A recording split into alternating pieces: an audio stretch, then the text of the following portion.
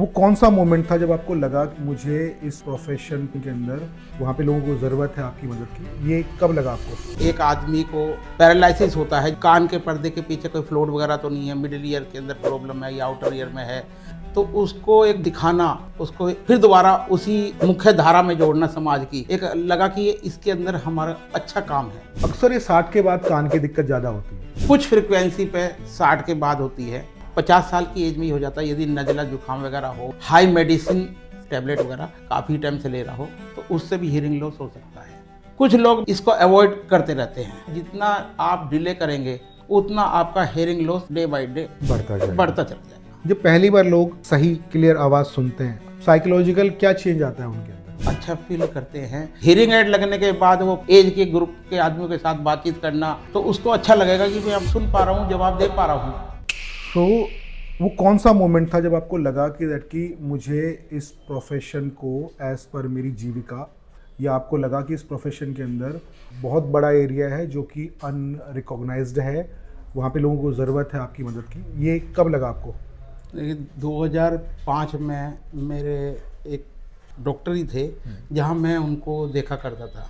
उसके बाद मेरे को ये लगा कि इसके अंदर अच्छा वो है, हमें जो है एक आदमी को पैरालिसिस होता है जिसकी स्पीच चली जाती है, तो उसको एक बोलना सिखाना, उसको फिर दोबारा उसी मुख्य धारा में जोड़ना समाज की, एक लगा कि ये इसके अंदर हमारा अच्छा काम है। तो मैं इस लाइन में आया कि स्पीच थेरेपी में साथ साथ फिर हमारा स्पीच थेरेपी में ऑडियोलॉजिस्ट हैं, तो ऑडियोलॉजिस्ट में फिर एक बार ये है हियरिंग का भी आता है, जिसमें हियरिंग टेस्ट होते हैं।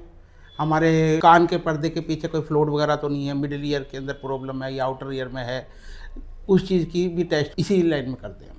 अब जब हम कान की बात करते हैं, आपने मुझे बताया भी था कि लोग अक्सर एक उम्र के बाद शांत हो जाते हैं क्योंकि उनको कहानियां समझ में आती नहीं और लोगों को संग से समझा पाते नहीं हैं, इस वजह से गुमसुम हो जाते हैं। क्या ठीक है मैं अपने आप को अकेला करूं, अलग करूं? उसका कारण है, यह अवधारणा है कि कान में लोग बाग आज के टाइम में घड़ी वाले, चश्मे वाले सब मशीन बेच रहे हैं। मशीन लगती है अकॉर्डिंग टू लॉस। यदि हमारा 100 डेसिबल लॉस है, आप मशीन गए घड़ी वाले से, चश्मे वाले से लेगी, उसने आपको जो है 80 डेसिबल की मशीन दे दी, उसमें आपको सुनाई नहीं देगा, आप हैं करते रहेंगे, सुनाई देगा नहीं, उतार कर रख दोगे। या आपका 80 डेसिबल लॉस है, उसने आपको प्रोफाउंड लेवल की दे दी, उसके अंदर जो है सारे दिन आवाज़ें आती रहेंगी, वो सिर में दर्द होने लगता है पेशेंट के, वो उतार कर रख देता है उसको। 4 जगह और कहेगा कि हाँ जी इस मशीन में तो आवाज़ें आती हैं, चक्की से चलती है, मेरे सिर में दर्द होता है। लोगों के अंदर ये धारणा है, लेकिन ऐसा नहीं। अगर अकॉर्डिंग टू लॉस मशीन लगेगी तो पेशेंट को कहीं से कोई प्रॉब्लम वाली बात नहीं होगी, उसको बिल्कुल नॉर्मल सुनाई देगा जैसे वो पहले सुनता था। तो आप कहना कि मिथ है, कमी सिर्फ इतने की है कि हम किसी प्रोफेशनल से अपने कान को नहीं दिखा रहे हैं जो प्रोफेशनल तरीके से उस मशीन को लगाए। बिल्कुल, ये एक्सपीरियंस मेरा भी रहा है। तो वहाँ पे 7 या 8 पैरामीटर थे शायद, जिनमें अलग अलग जगह पे आपने डेसिबल चेक किया था, उसके हिसाब से आपने मशीन स्टार्ट की थी। अक्सर ये 60 के बाद कान की दिक्कत ज़्यादा होती है।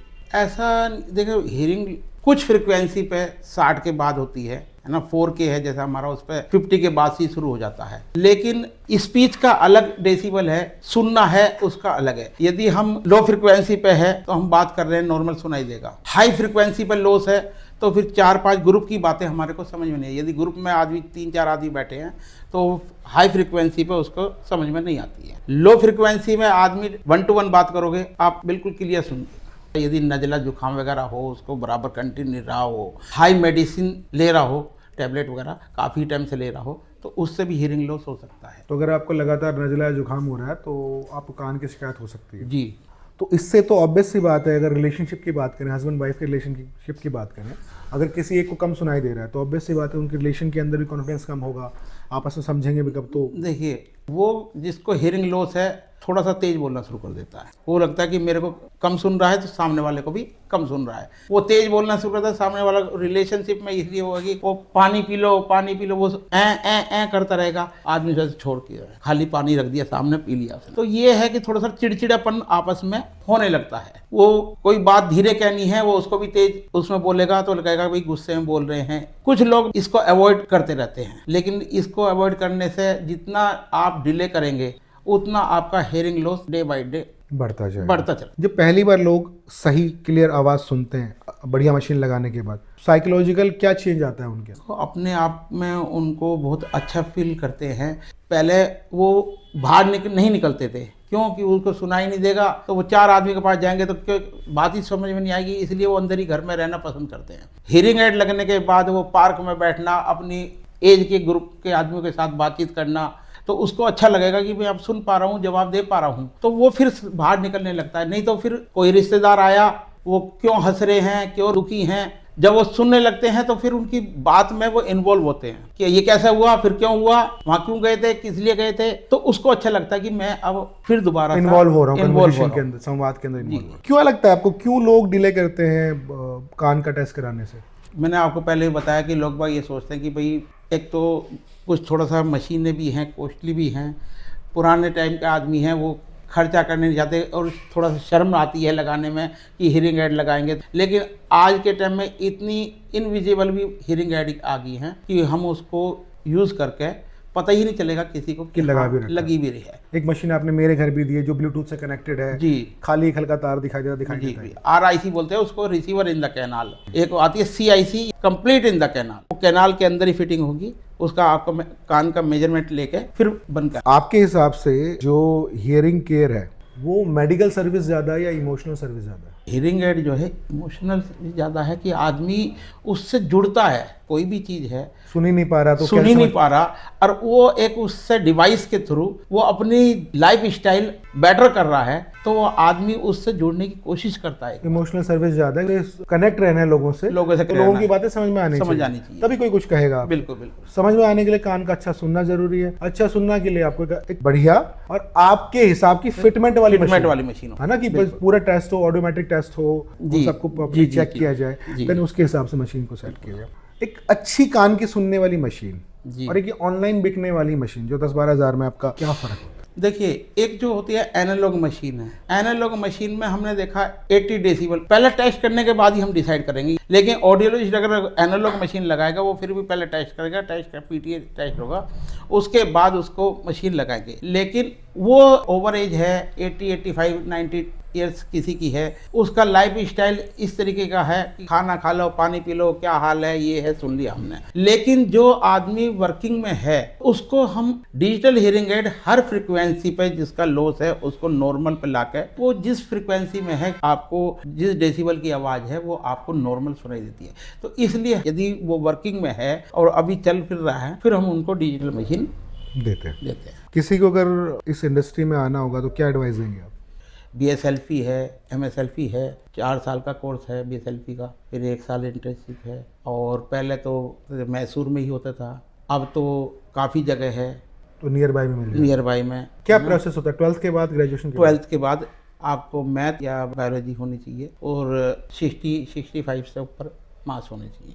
ठीक है। इन द लास्ट में हम पूछते हैं सबसे बड़ी गलती जो आदमी अपनी कान की हेल्थ के साथ करता है। हाँ जी, है वो सोचता है कि अभी चल रहा है, वो टीवी का वॉल्यूम धीरे धीरे तेज होना शुरू हो जाता है। अभी 2 नंबर पे है तो फिर 4 पे आएगा, 4 के बाद 6 आएगा, उसमें घर के और सदस्य हैं वो भी परेशान होंगे। में लाउड टीवी चल रहा है, तेज चिल्ला के बोलने लगता है आदमी। जब माइल्ड टू मॉडरेट या मॉडरेट टू सीवियर होता है तब तक, तो जब सीवियर टू प्रोफाउंड पे आप जाने लगोगे तो फिर एक मशीन की भी एक लिमिट है, उसको फिर आदमी चाहेगा कि मैंने तो मशीन लगा ली, मेरे को पहले जैसा सुनाई देना चाहिए। लो जब प्रोफाउंड लेवल पे पहुंच गया है तो वो देखो, मशीन है, डिवाइस है, वो आपको एक सपोर्ट कर रही है, लेकिन ये नहीं है कि आप जैसे सोचो कि मैं बचपन में था या पहले था मेरी हियरिंग वैसी आ जाए, नहीं, वो वैसे नहीं आएगी।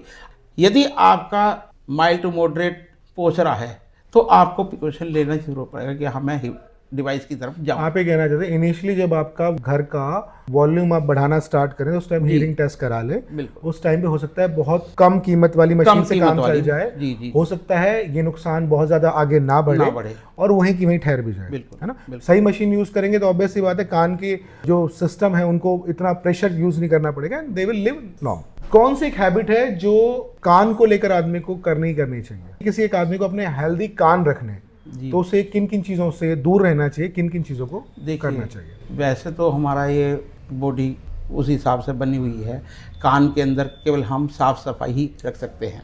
बाकी यदि मेडिसिन लेनी पड़ रही है, हमारे को हाई BP है, शुगर है, तो हमारे को टाइम टू टाइम जो है ईयर टेस्ट कराना चाहिए ईएनटी डॉक्टर से या ऑडियोलॉजिस्ट से मिलकर हियरिंग टेस्ट कराना जरूरी है। इवन कान की सफाई भी मैं जी। डॉक्टर से ही करवानी चाहिए। हाँ जी बिल्कुल। कोई ये आजकल तिल्ली वगैरह से जो पर्दे पे ये प्रॉब्लम होती है बाद में, इसलिए अगर कान की सफाई आपको लगता है कि मेरे को वैक्स लग रहा है तो आप डॉक्टर से क्लीन करा सकते हैं। कान की मशीन लग्जरी है या ज़रूरत? सर लग्जरी 1.5 लाख रुपए की मशीनें आ रही हैं हाँ हाँ हाँ मैं बता देता हूँ सर, लग्जरी नहीं, ज़रूरत है। आज का जिस हिसाब का है कि आपको बैठे हैं, आपका फ़ोन आया, आप चार मीटिंग में बैठे हुए हैं, रिंग बज रही है और आपको हियरिंग लॉस, आपने मशीन लगा रखी है तो उसमें ब्लूटूथ है, आपको केवल जो बात सुननी है या कहनी है आप धीरे से कर सकते हैं। बैल की आवाज़ से कोई ये नहीं कि 4 आदमियों के बीच में बैठने के बाद उसकी बैल आ रही है, बैल आपके सीधे जो है ये समझ आएगी। लग्जरी में तो आपको ये है कि हम जितनी अच्छी है क्वालिटी में जाएंगे, उसके अंदर इतनी टेक्नोलॉजी है कि आप उसका यूज़ करेंगे तो बहुत अच्छा ही सुनेंगे।